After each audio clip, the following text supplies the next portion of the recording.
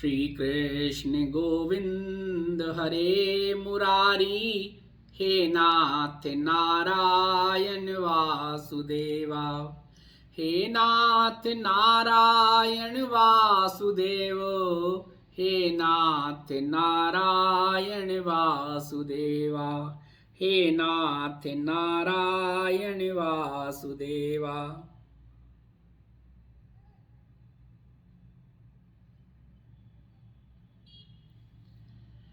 हरिओम प्रभु जी, आप सभी के अंदर विराजित परम पिता परमेश्वर को हमारा नमन वंदन। आज फिर आपके साथ संवाद, अपने मन की बात और आपके मन की बात। आपके मन की बात इसलिए कि कल जो वीडियो अपलोड किया था ना, उस पर बहुत सारे लोगों ने अपने अनुभव सुनाए। हमने बताया था भगवान को पाना है, भगवान को जानना है तो पहले अपने आप को जानो, और अपने आप को जानने की प्रक्रिया घर से ही शुरू करें। तैयारी घर से ही करें, भागे नहीं। कहते हैं ना, हमने भगवान को पाना था, घर छोड़ दिया। आपने छोड़ दिया, कल को मोह भंग होगा तो फिर आप घर वापस लौट आएंगे। उस भगवान से लौ लगाएं, उस कान्हा से अपने आप को जोड़ लें, तब आपको छोड़ना नहीं पड़ेगा, भागना नहीं पड़ेगा। अगर आपकी नियति होगी, आपका प्रारब्ध होगा, तो भगवान खुद ब खुद छुड़ा देंगे। इच्छा रखें कि लक्ष्य क्या है, पाना क्या है। क्या सच में भगवान को पाना है, या स्थिति परिस्थितियों का सामना नहीं कर पा रहे हैं, सामंजस्य नहीं कर पा रहे हैं, इसलिए भागना है। संसार है, संसार में तो दुख सुख होंगे ही, अनुकूल प्रतिकूल परिस्थितियां होंगे ही, माया का प्रपंच होगा ही। आपको देखना है कि आप क्या चाहते हैं। अपने आप को आत्मचिंतन कर लें, आत्मनिरीक्षण कर लें, और फिर अगर तय कर लें और आपका प्रारब्ध होगा, नियति होगी, तो रास्ते तो खुद ब खुद बन जाएंगे। मैसेज आए कल, एक प्रभु जी ने लिखा कि जब वो बहुत छोटे थे तब वो घर से भागे, तो पिताजी ने पकड़ लिया, वापस घर ले आए। भगवान को पाना था, भगवान को जानने की इच्छा थी। दोबारा थोड़े बड़े हो गए तो फिर भाग गए और फिर वापस आ गए, और तीसरी बार फिर वो गए कि मुझे तो जाना ही है। गए जब उन्होंने जगत को देखा, उस जगत को, जो व्यवस्थाएं हैं तीर्थ स्थानों की, आश्रमों को, सबको देखा, तो उन्होंने लगा यहां भी तो वही सब प्रपंच है जो हमारे घर में है, और उनका मोह भंग हो गया। वापस आ गए, और आज वो एक बहुत अच्छी फर्म में इंजीनियर हैं। उन्होंने, उनका मैसेज पढ़ा हमने, और कह रहे सब कुछ बहुत अच्छा चल रहा है, साधना बहुत अच्छी चल रही है, ध्यान बहुत अच्छा चल रहा है, अपने आप में अंदर जाने की प्रक्रिया शुरू हो गई है, घर में ही। तो तैयारी करें, घर से तैयारी करें। हम कुछ भी तैयारी करते हैं घर से ही तो होती है। आप एमबीए करें, एमबीबीएस करें, आईआईटी करें, जहां भी जाएं, जो भी करें, सीए करें, शुरुआत कहां से होती है? घर से। और हमारे तो संस्कार हैं, एक पट्टी पूजन संस्कार भी होता था। जब स्कूल जाने से पहले घर में पूजा होती थी, एक पट्टी पे वैसे लिखा जाता था ना, तब पट्टी पूजन कहते थे, लिखते थे, लिखो रा, बड़े आ की मात्रा रा, माँ राम, आ, ओ की मात्रा ओ, माँ ओम, ऐसे लिखवाते थे, स्वास्तिक के चिन्ह बनवाते थे, और बच्चे के मुंह से उसको बुलवाते थे। घर से ही शुरू होता है सब कुछ। ABCD तो आप घर से ही, भगवान की बात है तो घर में अगर संस्कार हैं, आपको जो गर्भ मिला है वो संस्कारी है, तो घर से ही आपको बचपन से ही संस्कार मिलने लगेंगे। आप अपने माता पिता के साथ पूजा करेंगे, तीर्थ स्थानों पर जाएंगे, आएंगे, आरती करेंगे, जो भी करेंगे। और अगर माता पिता कर्मयोगी हैं तो वो आपको कर्मयोग का पाठ पढ़ाएंगे कि हम अपने कर्म से, अपने विवेक से यहां तक पहुंचे हैं, लेकिन आस्था है उस परम पिता परमेश्वर में, तुम भी करो, कर्मयोगी बनो, जहां जिसके घर का जैसा माहौल है। क्योंकि आपको तो जन्म ही ऐसी जगह मिलेगा ना, जहां आपके संस्कार, जहां आपकी नियति होगी, जहां लेना देना होगा। तो घर से ही तो यात्रा शुरू होती है। और कल हमने ये बताया था कि जब हम बिना सोचे समझे स्थिति परिस्थितियों के वश घर का छोड़ देते हैं, त्याग कर देते हैं, तो कई बार मोह भंग हो जाता, फिर हम कहीं के नहीं रहते। मैंने बहुत सी माताओं को देखा है, आवेश आया, घर छोड़ दिया, चले गए, अब दूसरी जगह जाके बैठ गए घर में कि अब कोई बुलाएगा, कल बुलाएगा, परसों बुलाएगा, किसी ने बुला दिया तो ठीक है, आ जाओ लेने, तो आ गए, नहीं तो वहीं बैठे रहे। जब बहुत समय तक कोई नहीं आया और आप शांत हो गए, तो अब आपका भगवान में मन नहीं लगेगा, अब आप निराश हो जाएंगे, अब आप अवसाद में आ जाएंगे। और फिर इस अवसाद में आप कोई भी ऐसा कदम उठा लेते हैं, क्योंकि आपका अहंकार भी सामने आ जाता है कि मैंने तो कदम उठा लिया लेकिन कोई आया नहीं मुझे लेने। ऐसा सब ना करें, इसलिए मैंने कल का वीडियो बनाया था। दूसरा, वो जो बालिका के बारे में बताया था ना, उस पर तो बहुत सारे मैसेज आए। जो गुजरात की बालिका थी ना, जो हमने बताया था आपको, सूरत की शायद, हाँ, जो वृंदावन आई थी, तो सबसे पहला मैसेज तो हमारी भगवती का आया। उन्होंने कहा, इतने वर्ष पुराने, 2 दशक पुरानी स्मृतियां ताजा हो गई, एपिसोड रिवाइंड हो गया।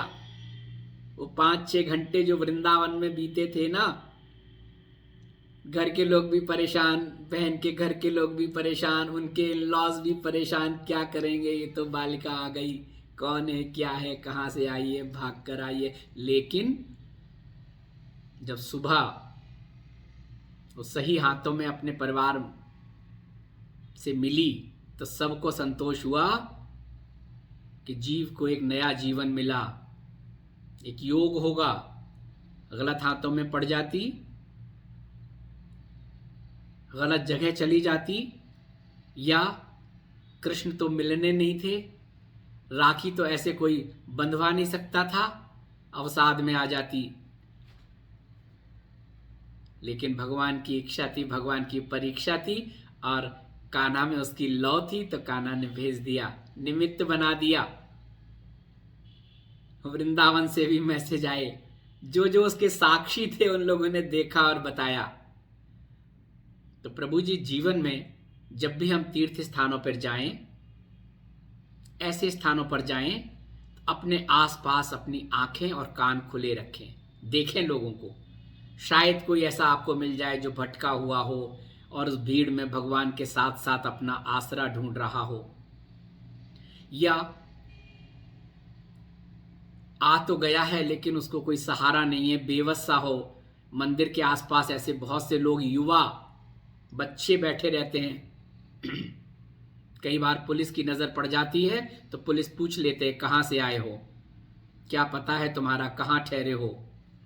और बहुत से लोगों को सहारा मिल जाता है, सुरक्षा मिल जाती है, और पुलिस उनको अपने घर वापस भेज देती है। तो आप लोग भी करें। जहां भी भीड़ होती है, वृंदावन या तीर्थ स्थानों में ज्यादातर लोग आते हैं भगवान की तलाश में, और अगर कोई ऐसा मिल गया जीवन में, आपने किसी एक को सहारा दे दिया, किसी एक को दिशा दे दी, किसी आग को उसके घर पहुंचा दिया, तो ये पुण्य जो होगा, ये जो आपकी FD बनेगी, तो भगवान तो आपको निमित्त बनाएंगे, वो अंदर से देख रहे हैं, सफल हो जाएगी तीर्थ यात्रा। एक वही नहीं, तीर्थ स्थानों पे भी नहीं, आप जहां भी हैं घर के आसपास थोड़ी सी इस तरह से लोगों पे नजर रखें। आपने कहा था ना, किसी एक का जीवन बदल दें, अपने तन मन धन से किसी की सेवा करके, कुछ करके किसी एक को अपनी स्थिति से थोड़ा ऊपर उठा दें, संतोष होगा आपको। किसी एक को केवल ऐसा करना है प्रभु जी।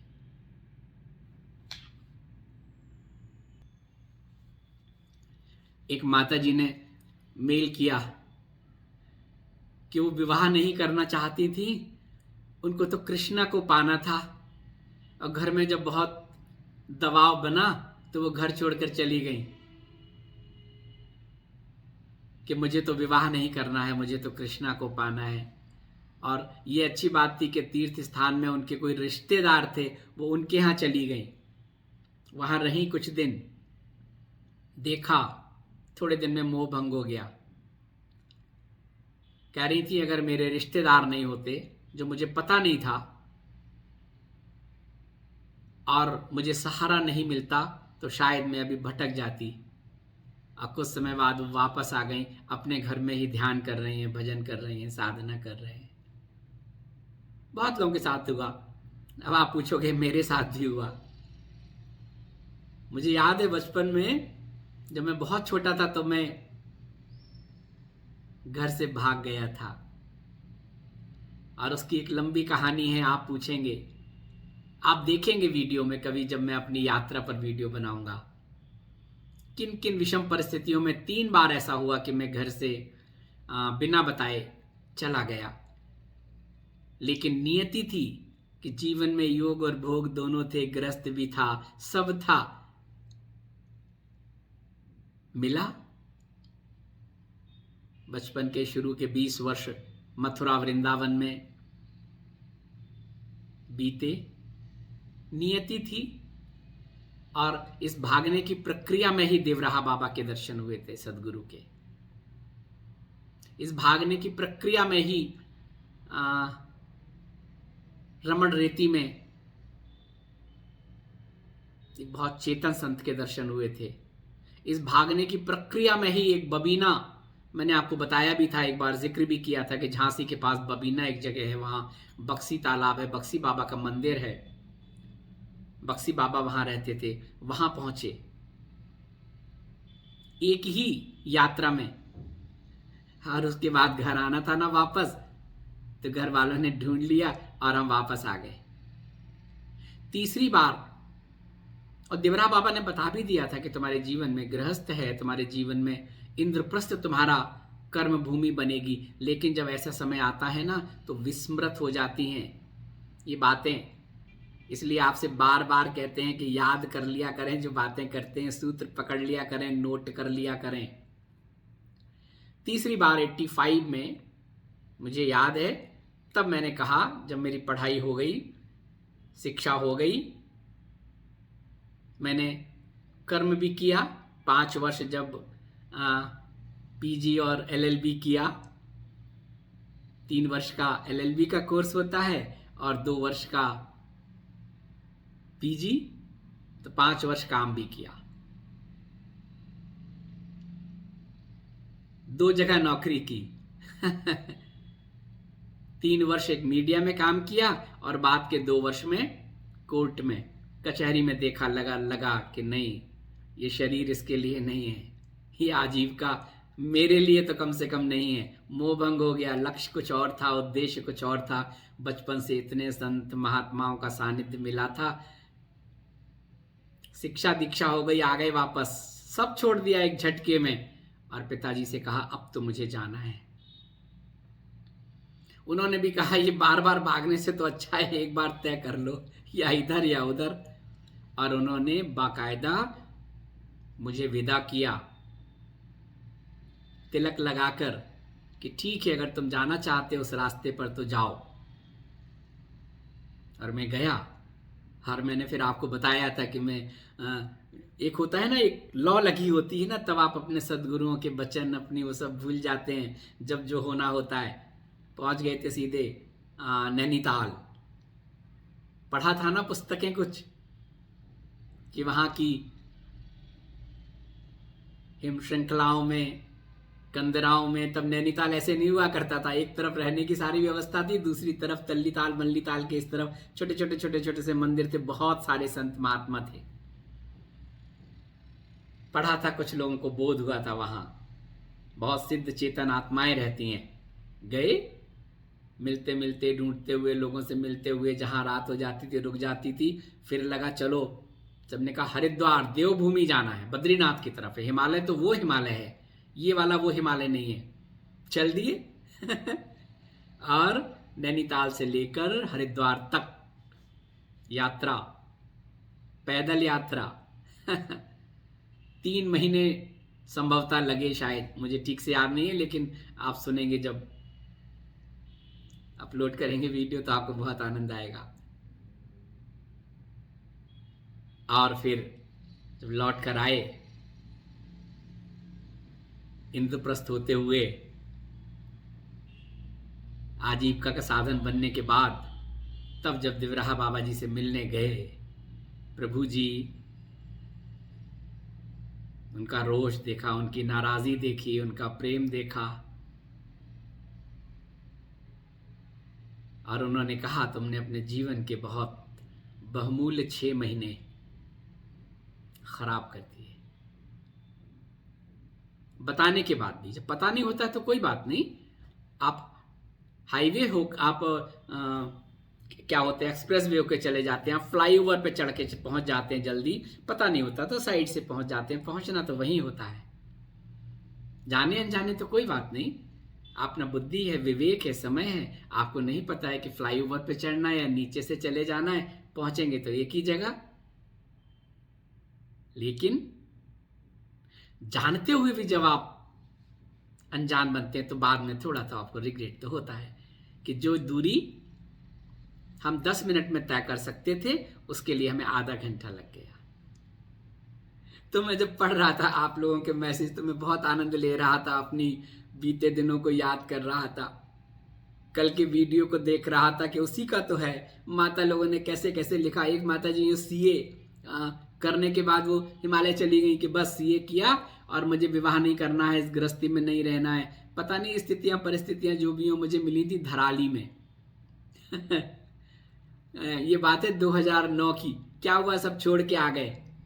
अच्छा, क्या करना है, बस भगवान को पाना है, उनकी शरण में रहना है, यहीं गंगोत्री में जाके कहीं जाके एक जगह बैठ जाएंगे। और जहाँ पे धराली में रुकी थी तो उनके कोई परिचित थे साउथ के, उनकी कुटिया में रुकी थी, उनसे मेरा संपर्क था। वो भी कहीं इसी तलाश में आए थे, वो इंजीनियर थे, कहीं बहुत अच्छी स्थिति में थे, लेकिन छोड़ के आ गए थे व्हाइट वस्त्र पहन के। उनसे मेरा संपर्क रहा, बाद में वो भी वापस लौट गए। मैंने पूछा माता जी कहाँ हैं आजकल, बोले माता जी का तो विवाह हो गया है, अपने घर में है। तो प्रभु जी घर से ही अपनी यात्रा शुरू करें। जो भी स्थितियां परिस्थितियां हों, उसके बारे में कल सब बता दिया, उसको हम आपको रिपीट नहीं कर रहे हैं। और जब होना होता है तब भगवान कोई ना कोई रास्ता बना देते हैं। सभी लोग संत तो नहीं बन जाते हैं, फिर ये संसार कैसे चलेगा। और सभी इस गृहस्थ में भी आप संत बन सकते हैं, संत की तरह रह सकते हैं, उस प्रकृति में, उस प्रवृत्ति में जी सकते हैं। लेकिन अगर सब इसी तरह से इस लिप्त हो जाए सांसारिक प्रपंच में तो कैसे होगा। हमारी सनातनी परंपरा है, उसको तो आगे बढ़ना है, बैलेंस है। ऋषि हैं, मुनि हैं, संत हैं, महात्मा हैं, और बहुत अच्छे साइंटिस्ट हैं, अपने अपने विषयों के लोग हैं, खोज कर रहे हैं, आविष्कार करता है, व्यवसायी हैं, बहुत अच्छे कारोबारी हैं, एक बैलेंस बना हुआ है। तो अपने आप को तोले। अभी आजकल मेरे पास उन युवाओं के बहुत मैसेज आते हैं, माता जी के और प्रभु जी के, कि अभी युवा हैं लेकिन उन्हें लग रहा है कि नहीं, संसार में रस नहीं आ रहा है। माता जी की पुस्तक है समुद्र से हिमशिखर, तपोवनी माता संत सुभद्रा जी की, उसमें बताया है हमने कि अपने आप को तोल लें, आत्मचिंतन कर लें। अगर आपको सच में संसार में रस नहीं आ रहा है, शादी विवाह के उत्सव में जाते हैं, सब देखते हैं, आपके उमंग नहीं होती, आपका उत्साह नहीं होता, आपका आकर्षण नहीं होता, आप सम रहते हैं, सोचें क्यों रहते हैं, अपने आप को टटोलें, अपने आप को देखें। आप पढ़कर शिक्षा प्राप्त करके आप नौकरी करने लगते हैं, लेकिन नौकरी में आपको रस नहीं आता है। ये संसार, ये प्रपंच, मैनिपुलेशन, लेना देना, ये सब माया के ही तो रूप हैं, भगवान के ही तो सब रूप हैं, लेकिन आपको उसमें रस नहीं आ रहा है।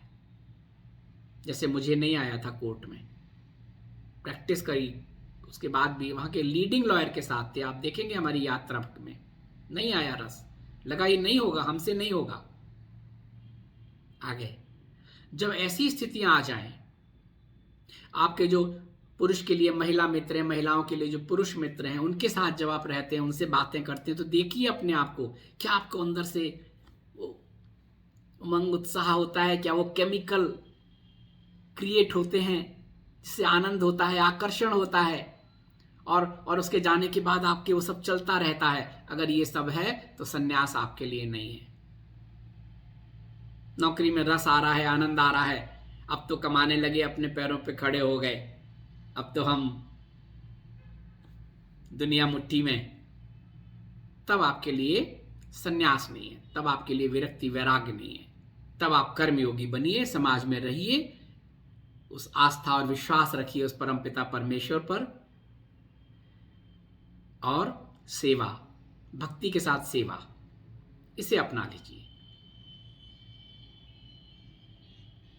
हर व्यक्ति को सेवा कार्य तो करना ही चाहिए, तन से, मन से, धन से, जैसे भी मिले। लेकिन अगर आपको बचपन से रस नहीं आ रहा है, लौ लगी है कृष्णा में, लौ लगी है अपने पवन पुत्र हनुमान में, लौ लगी है श्री राम में, लौ लगी है देवी जी में, और आपको घर में रहकर भी रस नहीं आ रहा है, अपने से विपरीत उसके जो लोग हैं उनके साथ मिलकर बैठकर बहुत आनंद नहीं आ रहा है, पहले देख लें कहीं कोई अपने आप में कोई कमी तो नहीं है, आपके विचारों में कहीं कोई ऐसी स्थितियां तो नहीं हो गई हैं जिसकी वजह से आपके मन में ये सब हो रहा है। कहीं कोई अपने घर परिवार में ऐसी स्थितियों से रूबरू तो नहीं हुए जिसकी वजह से आपको वैराग्य हो रहा है। और उसके बाद फिर अपने आप को देखते जाएं, शिक्षा के साथ साथ शादी विवाह उत्सव घर परिवार के आयोजन होते हैं, देखिए उसमें आपको कितना रस आ रहा है। पढ़ाई के दौरान जो मित्र बन रहे हैं पुरुष या महिला, देखिए उनके साथ कितना रस आ रहा है। संसार की बातें हो रही हैं, मायावी बातें हो रही, देखिए उसमें कैसा लग रहा है। अगर उस सब में आपको रुचि नहीं हो रही है, आपको लग रहा है कि मैं विवाह करके सुखी नहीं रह पाऊंगी या रख पाऊंगी, या सुखी नहीं हो पाऊंगा, ना ही पत्नी को रख पाऊंगा, तब निर्णय लीजिए, चिंतन कीजिए, उसके लिए भी थोड़ा समय दीजिए अपने आप को, और उसके बाद अपना निर्णय सुना दीजिए। फिर अपने निर्णय में अडिग हो जाइए। और घर वाले तो आपको सब देख ही रहे होंगे, आपके ये सब कार्यकलाप, उन्हें भी लगने लगा होगा ये कैसी लड़की है, ये कैसा लड़का है, ये ईश्वर की भक्ति की बातें कर रहे हैं या कर रही है, लेकिन सच में क्या इसके अंदर है, क्या उसको और सब चीज़ों में रस नहीं आ रहा है। तब आप अपनी बात कह दीजिए, समझाइए उनको कि आप जबरदस्ती मेरा विवाह न करें, क्योंकि मुझे उसमें रस नहीं है।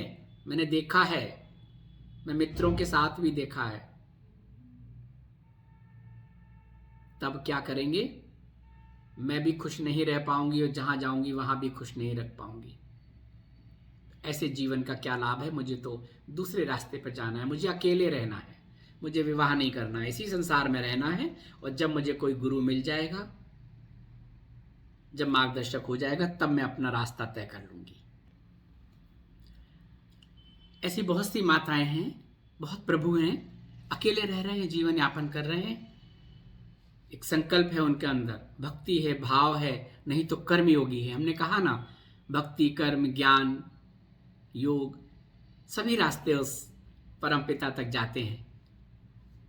अकेले देखें, सिंगल मदर देखिए बहुत सारी, उन्होंने ऐसे भी देखा है कि किसी बच्चे को अडॉप्ट कर लिया, उसका लालन पालन किया और उसको एक जगह तक पहुंचा दिया, संतुष्टि होती है उनको, सेवा करते हैं। बहुत सारे मैंने देखा हिमालय में। मैं तो मिलता हूँ, इतने यात्राओं में रहता हूँ तो लोगों से मिलता हूँ तो लोग बताते हैं, मैंने विवाह नहीं किया, भगवान की इच्छा थी, लेकिन मैंने संन्यास भी नहीं लिया, क्योंकि मैंने देख लिया यहाँ भी मुझे सही नहीं लगा, या मेरी नियति नहीं थी, या मेरा समय नहीं था, तो मुझे उस तरह के गुरु नहीं मिले। जितने भी मिले उनसे मेरा मोह भंग होता गया, और अब मैंने अकेले रहने का निर्णय किया। ऐसे भी लोग रहते हैं। ये बात इसलिए कह रहे हैं कि आजकल जो हमारे पास तो मैसेज वही होते हैं, भगवान को पाना है, भगवान को जानना है, हिमालय में जाना है, वहां रहना। कल मैं बताया था मैंने सब कुछ आपको। ऐसा है प्रभु जी। और जब होता है, नियति होती है, रस नहीं आता है, तब फिर होता है कोई ना कोई भेज देते हैं किसी को। आपके माता पिता में उस तरह के विचार आने लगते हैं, नहीं मुझे अपने लड़की का जीवन बर्बाद नहीं करना है, अपने लड़के को इसमें नहीं रखना है। कोई बात नहीं, विवाह नहीं कर रहा है तो कोई बात नहीं, आजकल का जो माहौल है उससे तो अच्छा है, मेरे पास रहेगी, मेरी सेवा करेगी, मेरे संरक्षण में रहेगी, और वो जो करना चाहेगी उसको हम पूरा स्पेस देंगे। ऐसा ही माता पिताओं को करना चाहिए। ये मत सोचिए कि वो बोझ है आप पर, या वो दूसरे घर के लिए ही बनी है। वो बेटा आपका बन सकती है, बेटे की तरह रह सकती है आपके घर में। देख लीजिए, अगर उसकी इच्छा नहीं है विवाह करने की, या उसने जो भी स्थिति परिस्थितियां देखी हैं, तो उसको समय दीजिए। या तो वो स्वयं आपसे कह देगी या कह देगा बेटा, नहीं तो अगर वो किसी रास्ते पे जाना चाहता है तो जाने दीजिए। आपके साथ रहना चाहता, रखिए उसको। समाज की चिंता मत कीजिए। हम ज्यादातर चीजों में हम चाहते तो हैं अपने बच्चों का अच्छा, लेकिन समाज क्या कहेगा, लोग क्या कहेंगे, पड़ोसी क्या कहेंगे, रिश्तेदार क्या कहेंगे, इसमें कई बार हम इशू बना लेते हैं, और अपने बच्चों का पूरा जीवन हम जिम्मेदार होते हैं। तो बच्चे भी अपने आप को समझें, माता पिता भी अपने आप को समझें, और घर से ही सब कुछ हो। मैंने बहुत सारे संत महात्माओं को देखा, जब मैं मिलता हूं तो मैं पूछता था आप आए कैसे। आपने देखा था सुंदरानंद जी ने जब बताया था, स्वामी सुंदरानंद जी ने बताया था कि वो घर से भागे, लेकिन भागने से पहले उन्होंने तैयारी की। उन्हें रस आता ही नहीं था पढ़ाई में, स्कूल अच्छा लगता ही नहीं था, रेत में जाके बैठ जाते थे। उनको तो वो रेत में थोड़े शिवलिंग बनाने में आनंद आता था, वो शिवलिंग बनाते थे, चित्र बनाते थे। कोई चित्र देखते थे किताबों में हिमालय का, तो बस उसी में डूबे रहते थे। घर वालों ने समझ तो लिया था कि इसके अंदर ये आम जीव नहीं है, और उन्होंने कहा कि मुझे जाना है। एक बार गए तो पकड़ लिए गए, वापस आ गए। तब उन्होंने अपने बता रहे थे, मैंने ईश्वर से ही बस वो कहा कि मुझे यहां नहीं रहना है, अब आप मुझे हिमालय जाना है। और वही हुआ 15 अगस्त के, जब बहुत शोर शराबा था, शायद देश आजाद हुआ था, उस दिन की बात है शायद, और वो घर छोड़कर चले गए। सारे रास्ते बन गए, लेकिन उससे पहले उन्होंने कई वर्षों तक देखा कि मुझे यहां रस नहीं आ रहा है। आ गए तो हिमालय आए,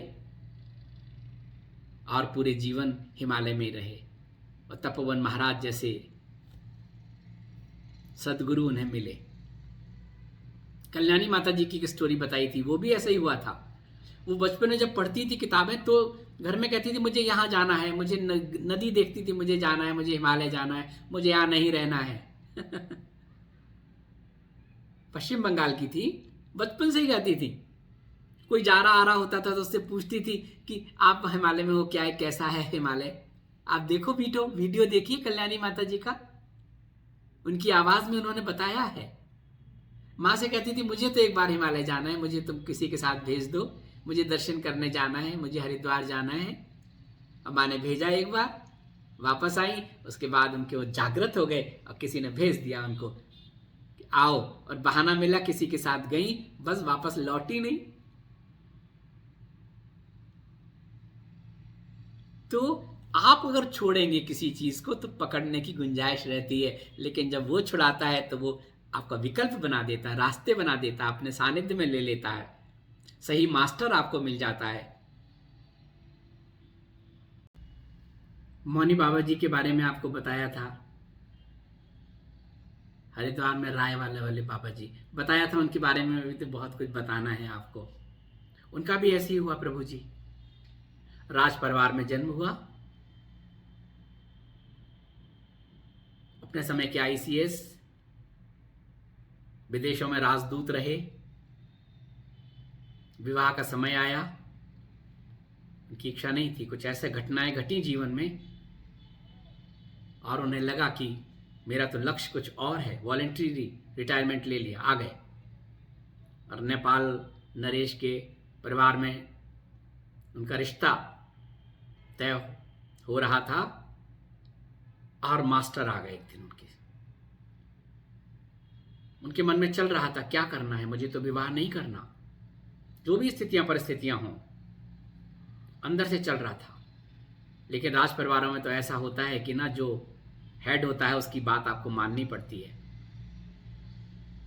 आज भी मैंने देखा है राजस्थान में जगह जगह छोटे भाई बड़े भाई को, जो राजा रहे हैं, अब तो उस तरह का नहीं है, लेकिन आज भी हुक्म ऐसे करके करते हैं, आंख से आंख नहीं मिलाते हैं।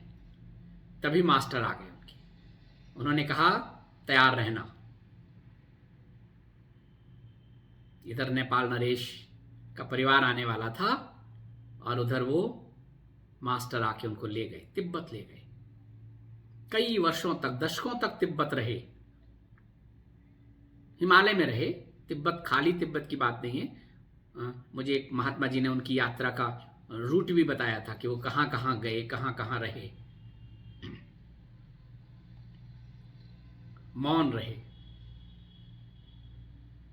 और बाद में आके जब उन्होंने पा लिया, अपने आप को जान लिया, फिर वहां से बैद्यनाथ, बनारस सब होते हुए आ गए, हरिद्वार में बैठ गए और यहीं उनका फिर शरीर शांत हुआ।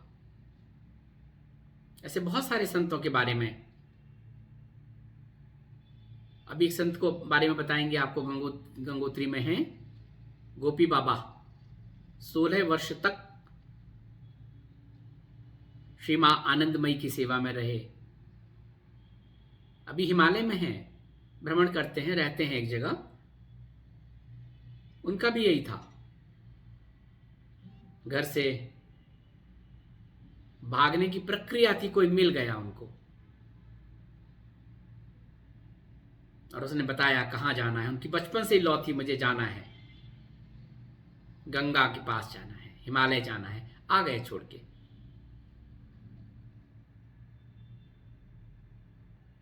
स्वामी विश्वबंधु गिरी जी के बारे में बताया था। शिक्षा हुई, दीक्षा हुई, भाई के साथ वहां परिवार में रह रहे थे वेस्ट बंगाल में। अचानक उनको रस नहीं आ रहा था। नौकरी कर ली थी, बहुत अच्छी नौकरी थी, सब कुछ था, सरकारी नौकरी थी, लेकिन उनको रस नहीं आ रहा था और विवाह का समय आ गया था। लोगों का, परिवार का होता ही है ना, कब विवाह करना है। उनको लग रहा था, अंदर से बेचैनी थी। उस जमाने की बात बता रहे हैं। आजकल तो आप अपनी बात कह सकते हैं, अपने माता पिता से अपनी बात रख सकते हैं, बता सकते हैं, माता पिता भी समझते हैं, लेकिन उस समय तो नहीं था ऐसा। और एक दिन जब वो बैठे हुए थे, लेटे हुए थे, तो देखा अचानक कोई रोशनी आई, एक किरण आई उनके शरीर में। ऐसा लगा उसने स्पार्क किया। उनको होश नहीं रही, सुध बुध नहीं रहा। 1-2 दिन घर वालों ने समझा कोई टोना टोटका कर लेते हैं, किसी ने कुछ कर दिया होगा, झाड़ फूक करें। पहले यही होता था, हमारे अंधविश्वास होता था उस समय। या तो लोग, आज भी है, या तो लोग बिल्कुल नहीं मानते हैं, और या मानते हैं तो इतना मानते हैं कि अंधविश्वास। बहुत सारी लोग खुल गए, बहुत सारे दरबार हैं, सब हैं।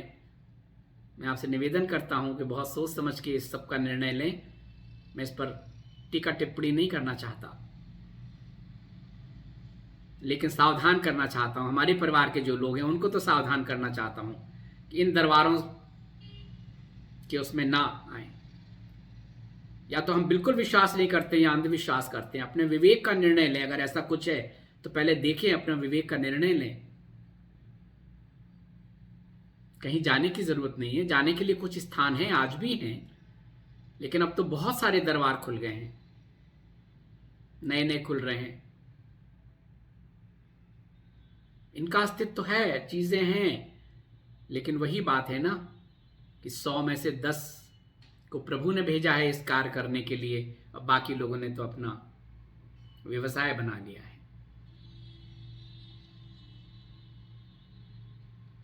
झाड़ फूक हुई, सब हुआ, कुछ नहीं हुआ। घर वालों ने कहा कि सब कुछ नहीं है, नाटक है। और कुछ समय बाद फिर दोबारा ऐसा हुआ, तब उनको लगा, उनको भी लगा, उन्होंने उस पार को महसूस किया, उनके तेज को महसूस किया, उनके जीवन में जो रूपांतरण हुआ उसको महसूस किया, बदलाव महसूस किया। और उसके बाद वो एक दिन सब छोड़ के चले गए, हिमालय आ गए। एक हिमालय की बात नहीं कर रहे हैं, बहुत सारे लोगों की, साउथ में मैं बहुत लोगों से ऐसे मिला हूं। सबसे पहले मैं पूछता था आप आए कैसे, घर से कैसे आए, किन स्थितियों में, किन परिस्थितियों में आए। और जो नए लोग हैं उनसे भी पूछता हूं मैं, जो यहां आ गए हैं, उनकी नियति थी,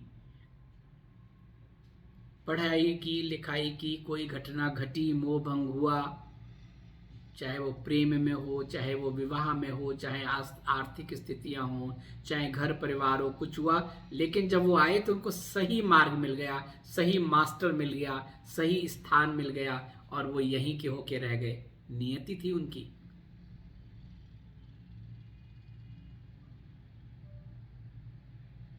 तो आज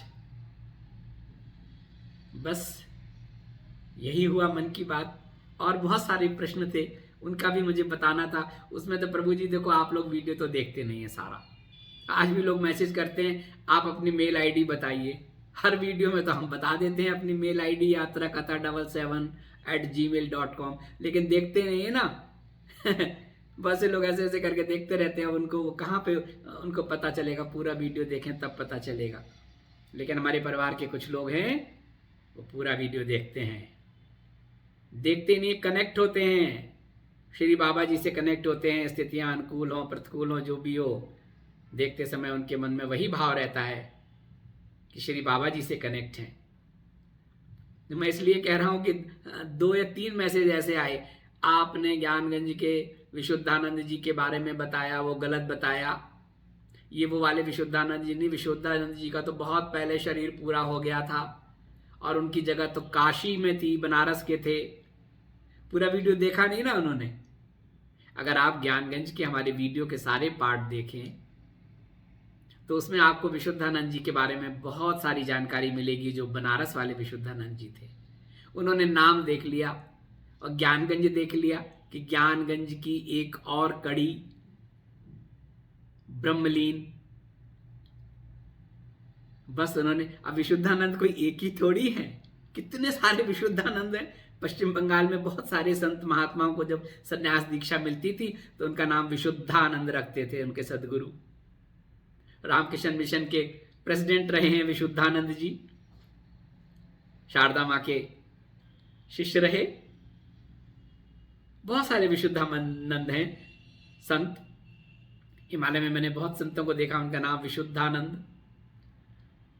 पाटा वाले संत, उनका तो विश्व बंधु गिरी जी। तो ये विशुद्धानंद जी, इनका नाम विशुद्धानंद है, लेकिन ये बीड़ में रहे। पश्चिम बंगाल से आके उन्होंने यहीं अपने स्थान बना लिया, तपा स्थली बना ली। और उन्हें सहयोग मिला कि कोई सूक्ष्म उनका प्रारब्ध था, पूर्व का लेन देन था, और उन्होंने उन्हें ज्ञानगंज की यात्रा कराई, अनुभूतियां कराई। यात्रा का मतलब अनुभूतियां कराई, और उन्होंने जो बताया वो हमने आपको बताया। अगर आपको याद हो, ज्ञानगंज की वीडियो में बताया था बीड़ में कैसे कैसे हम उनके पास पहुंचे, और बहुत से लोग बाद में उनसे जाकर मिले भी। 2 वर्ष पहले की बात है ये वीडियो बना हुआ, और अभी उनका शरीर पूरा हुआ। अब वीडियो तो देखा नहीं, उन्होंने कहा आप गलत जानकारी दे रहे हैं, विशुद्धानंद तो बनारस के थे। उनके बारे में भी बताया है हमने, उनके सूर्य विज्ञान के बारे में, गंध बाबा के नाम से उनको जानते थे, उनके चमत्कार जो घटते थे सब बताया है ज्ञानगंज वाले, देख लीजिए वीडियो में। अब आपने ज्ञानगंज वाला भी वीडियो नहीं देखा, ज्ञानगंज की आप बातें कर रहे हैं, और आप कह रहे हैं कि विशुद्धानंद जी तो ज्ञानगंज वाले एक ही हैं।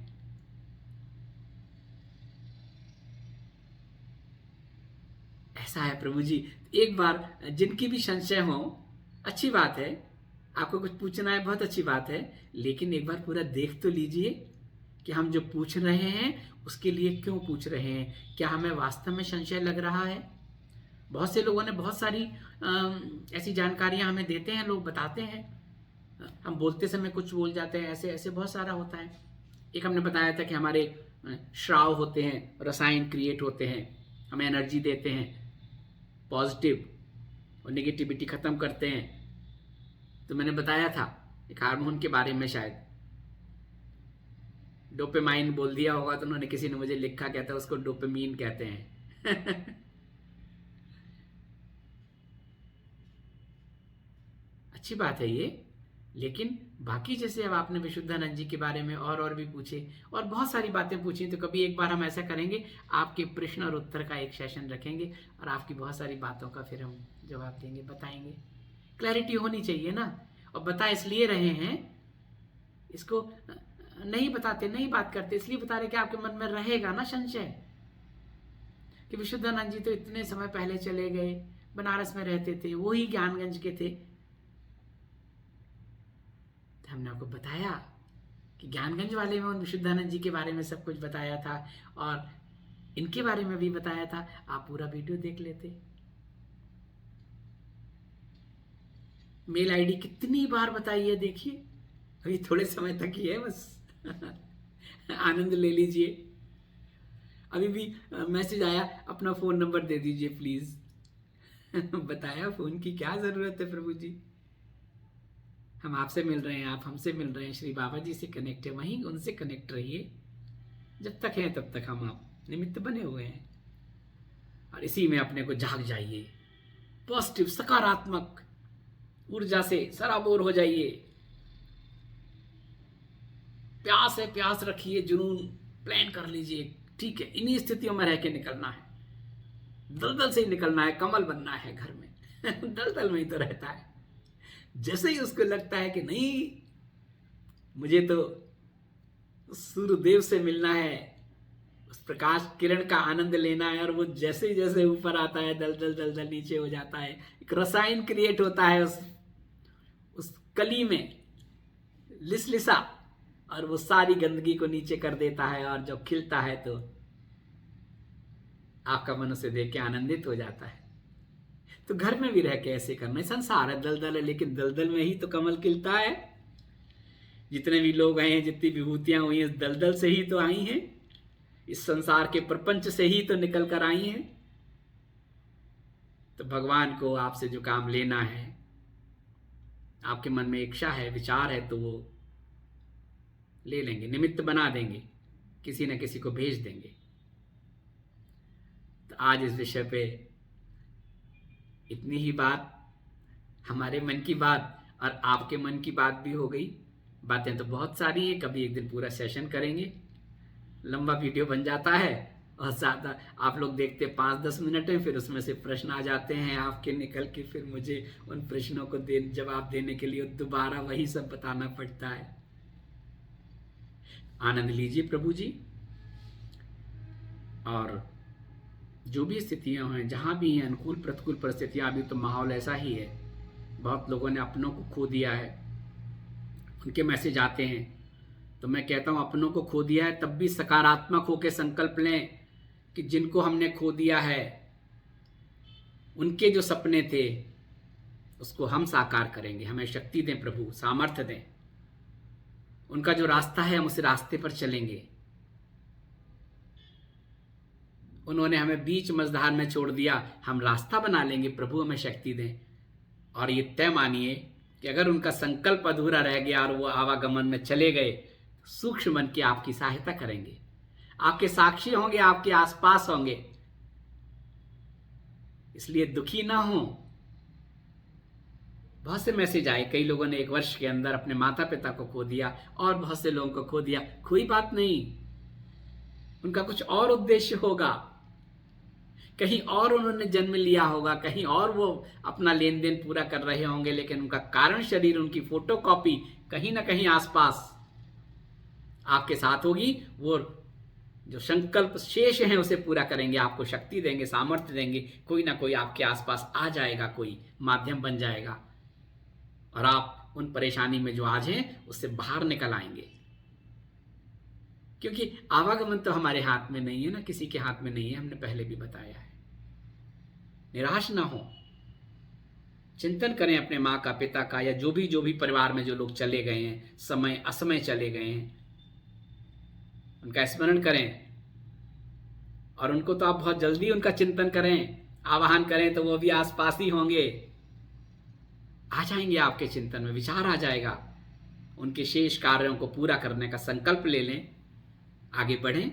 मैंने बहुत से लोगों का जीवन बदलते देखा है ऐसी स्थितियों में। क्या कर सकते हैं बताइए? कोई चला गया है, हमारे हाथ में तो नहीं है, हमें भी जाना है, आपको भी जाना है, असमय चला गया, विपरीत परिस्थितियों में चला गया, क्या पता वो होते तो और स्थितियां विपरीत हो जाती, कोई और वो कष्ट में आ जाते, तब हम क्या करते? तो एक्सेप्ट करें। उस यात्रा में वो जल्दी चले गए, हम बाद में जाएंगे, तो हम रह गए, तो हम उनके शेष कार्यों को पूरा करें। प्रभु हमें सामर्थ्य दें, प्रभु हमें शक्ति दें, उनके उसमें रहें। चले गए, अब खोने को क्या है आपके पास? खोने को तो कुछ नहीं है ना, लेकिन पाने को तो बहुत कुछ है। लौ लगा दीजिए उस परम पिता परमेश्वर में, और इस संसार में कर्मयोगी बन जाइए। थोड़ा सा निश्चिंत थे कि मेरे माता थे, पिता थे, पति था, पत्नी थे, जो भी थे, बच्चे कमाने वाले थे, चले गए, अब हम क्या करेंगे?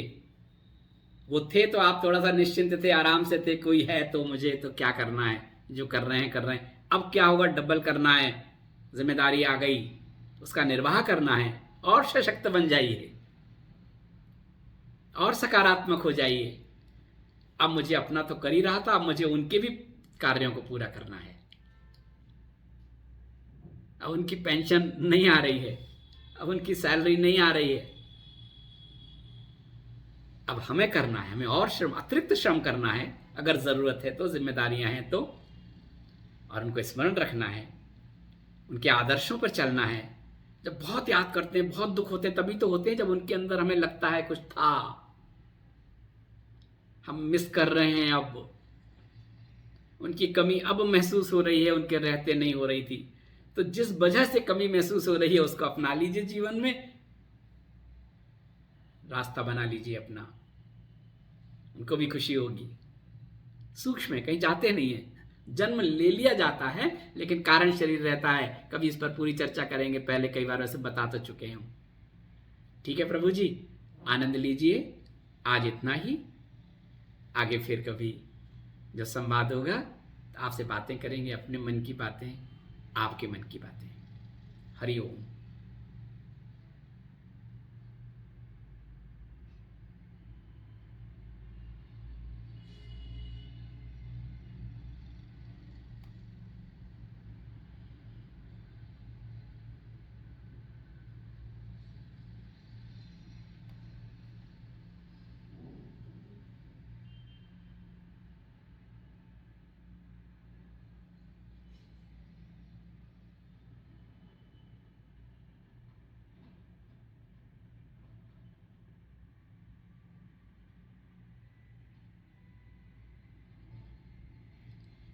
हरि ओम।